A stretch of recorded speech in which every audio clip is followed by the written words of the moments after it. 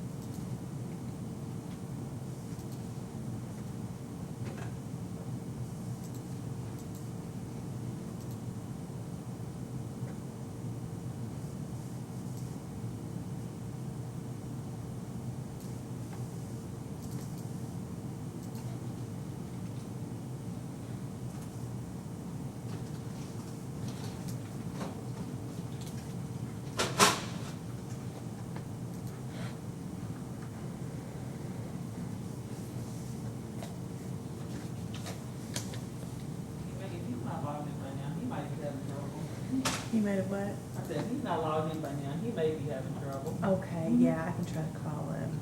I'll do that. Thank you. Always multitasking here. All right. I haven't seen him yet, so I'm just gonna try to get Mr. Bell on the phone in case he's having difficulty. Oh, you are? Oh, sorry, must have just logged in on me. Okay, sorry I missed you.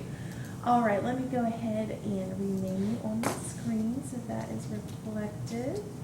All right, so we have both parties present here, and we're on the record in 21D 501-644 Trailer 1, Amber Whitehead v. Reginald Bell. And we are here on a petition filed by Ms. Whitehead seeking protection from Mr. Bell, and an emergency protective order was granted, but we obviously need to have a hearing to determine whether or not ongoing protection is needed in this case. So I'll go ahead and swear in both parties so we can get started with our hearing today. If each party can raise his or her right hand for me, please. Do you swear or affirm that the testimony you give today will be truthful? I do. Yes. Okay, perfect, thank you. So I'm gonna read through the petition out loud. It's very brief. That will bring me up to speed as to what the allegations were that brought us to court today. I may have some additional questions or need for clarification from Ms. Whitehead. She may have some updates, history, background that she thinks might be helpful for the court to hear. After I'm done fully hearing from Ms. Whitehead, then Mr. Bell will be allowed to respond to the testimony and give his side of things if he so chooses. I presume there won't be any other witnesses other than the parties today? No, I don't want to involve. Okay, I think that's fair. Okay. So petitioner says that on May 31st, 2021 in Jefferson County, Kentucky, I woke up with his hands around my throat. I got up to leave and he punched me in my face twice. I called police. He ran. He took my 9mm pink and silver pistol. Shively Police responded, Officer Hunter Dillon, and there's a police report with the Shively Police Station. Okay, and is all that true and correct, ma'am? Yes. Okay, and so what is the relationship between you and Mr. Bell? I was his live-in girlfriend at the time. Okay, and how long did you all live together? I had only lived there for about 2.5, 3 months at that point. Okay. And was this the first time that things got physical between you all in that way? Yes, there was one other attempt where it was very verbal, and I felt like it was going to get physical, but it didn't. He walked away, and at that time it got physical. Okay. And how long have you all been dating? off and on since 2017. Okay.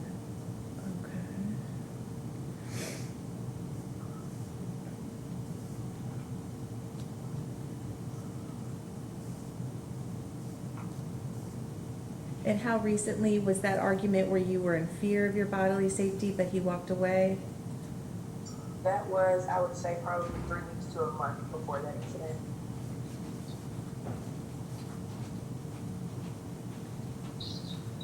Okay.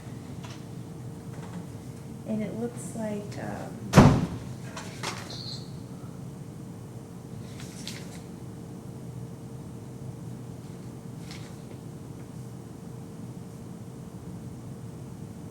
looks like there's not really much in the way of violent history, criminal history, you know, there's, with regard to respondent. So, Ms. Whitehead, do you believe that you'll be in contact with Mr. Mr. Bell again, or do you think this relationship's over? No, it's definitely over. I don't want to get in contact every. So do you think that he would still reach out to you if he knew you didn't want to be in contact? He has tried. Okay. So he may need to kind of get this clear signal that you're not interested in contact. Okay. Has he been contacting you since the EPO was served on him, June? Not since, Looks like the 7th? not since it was served, no. Okay. All right.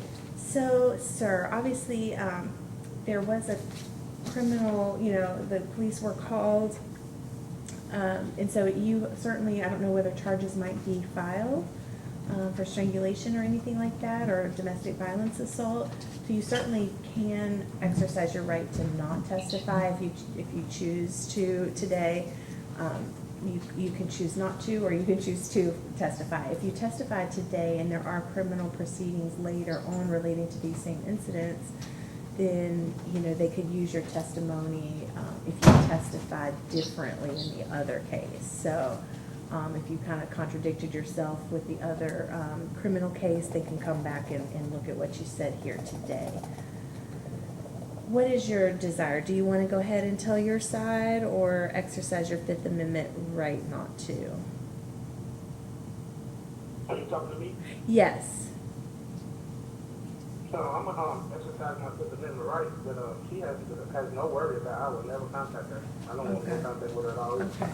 Well, one thing I was thinking, that this is kind of just, you get, it's a long, you guys have known each other for several years, of course, you haven't lived together for very long. It sounds like you don't have any minor children that bind you together. Ms. Whitehead, would you want to just keep this emergency protective order in place until it expires November 30th? And then what I can do is give you a court date right before, that if he's abiding by the protective order and you feel safe and secure, that kind of gives a short-term cooling off period for you all. And then that way we can just go ahead and allow it to expire November 30th if there's no further issues between now and then. Would that be acceptable? That would be something, an EPO is something that could be expunged later from respondent's record. And again, if there are issues and you're, or even if there are not issues, but you're still concerned and fearful, then we can have, you know, continue our hearing or go ahead and enter into a more full protective order for a longer period of time then. What are your thoughts?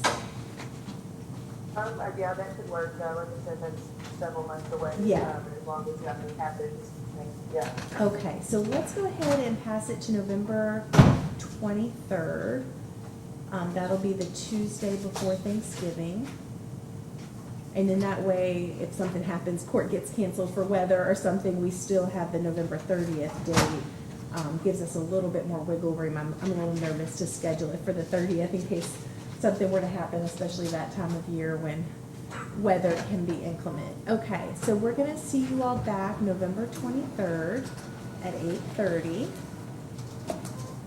And of course, if no one shows up to report anything, we'll go ahead and just, you know, allow the EPO to naturally expire November 30th.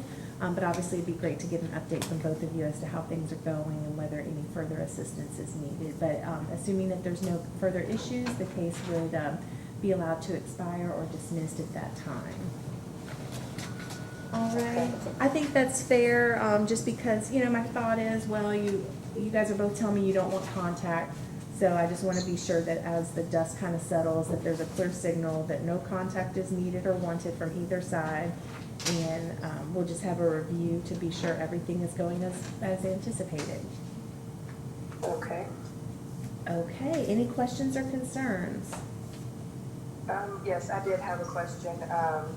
In the EPO, it did state for him to turn my firearm over within 24 hours. Is that still the case? Because he did text me the next day after the incident and told me that he did have it, that apparently it failed or something. And Yes. So what I can do is I'm going to issue an order that the firearm is to be turned in within 24 hours to the police station. Yes. I don't have the firearm. It was left in the house. My mother has it in her possession. The sheriff's can go and get it from her, but she's elderly and doesn't leave the house. She doesn't drive. Okay, so are you living with your mother right now, sir? Or no? I was, but I stopped staying there because my lawyer told me that I can't get in the house without the firearm. Right, that's true, that's true. Ms. Whitehead, do you feel comfortable to go over to Mr. Bell's mother's house and pick up that firearm? That's fine. Would I be able to have a police escort with you? You might be able to hire, you can call them. I'm not sure if they'll perform that service or not. But obviously there is an emergency protective order in place, so if you show up and Mr. Bell is there, it's his duty to leave immediately. He's to stay 500 feet away from you and the Lindsay Court apartment. He's not to communicate at all with you in any way, shape, or form. No text, no calling, no social media, no third-party messages sent to her through some other friend or family member, and you're not to have a firearm pending a hearing in this action. And so really until this order expires November 30th, you're not supposed to have a firearm in your possession, or you shouldn't attempt to obtain or possess such an item. And then you're not to dispose of or damage any property of the parties. And of course, there's to be no further acts of abuse or threats of abuse, stalking, or sexual assault. So if the police won't accompany you to go pick up that firearm, ma'am, you can maybe hire an off-duty sheriff. They charge an hourly rate. You can reach out to their office perhaps and get a few possible names. I have to say that I have no ill will towards her. Everything is over and done with them, and I have no desires to contact her or do any harm to her. I would leave the house. She let me know, you know what I'm saying, when she's going to be over, I make sure I'm not around. She's going to pick up the firearm. She has nothing to do with fear. I swear. Okay. All right. So, perfect. Well, I wish her no ill will. I wish her no ill will or nothing bad to her. I mean, she went through our thing and it's over, and that's it. We can move on with our lives. okay. So I'm just making notes. I'll remember in November when we check back in. So, ma'am, do you have a trusted friend or family member that you could use to accompany you to Mr. Bell's mom's house later today? I do. Okay. So maybe try that. I would like you to go ahead and get that as soon as possible. And I'm going to just make some notes that petitioner to pick up her firearm from respondent's mother's home today. And I'm going to say with a neutral third party present. So that way you can have someone to be a witness or to just keep things from escalating. And so Mr. Bell, if you can just give your mom a heads up that she's going to be coming by for that. We don't want there to be any further conflict or issues, just so that we can help move this case forward and hopefully to dismissal later this year. I understand. Okay, thank you both very much. All right, well, I think we've worked out a good solution. We'll see you back November 23rd Yeah. if it's needed. Excuse me, Judge, I do have one other question. Sure, go ahead. I had My lawyer had talked to me about it and said, to request for a return of property. I have a washer and a dryer and a mattress set that I'm leasing that's in his house that I'm still paying for. And of course, I would need to get a truck to go pick that up, and I don't know exactly when or how I could do that. Is that something Yeah, Mr. but we Bell would both- agree to? We both made on that though. We both made payments on that. There was, both my money was involved in the purchase of it. No, it wasn't. The lease is still being paid. It's coming out of my check every 2 weeks. There's still over $1,500 owed on it. So that's another reason to keep the protective order in place, as you all still share some property you need to sort out. I think that's something that you all will need to address in small claims court, since he's not agreeable to how to sort that out. So you can go over to district court. They have a clerk's office there that hopefully can help you, or you can even maybe find the forms online and get that started on how to get returned there. And of course, if it's not resolved by November 30th, or November 23rd when we come back, we can try to address it then. Okay. All right, good luck to you both. Thank you. You have a nice day.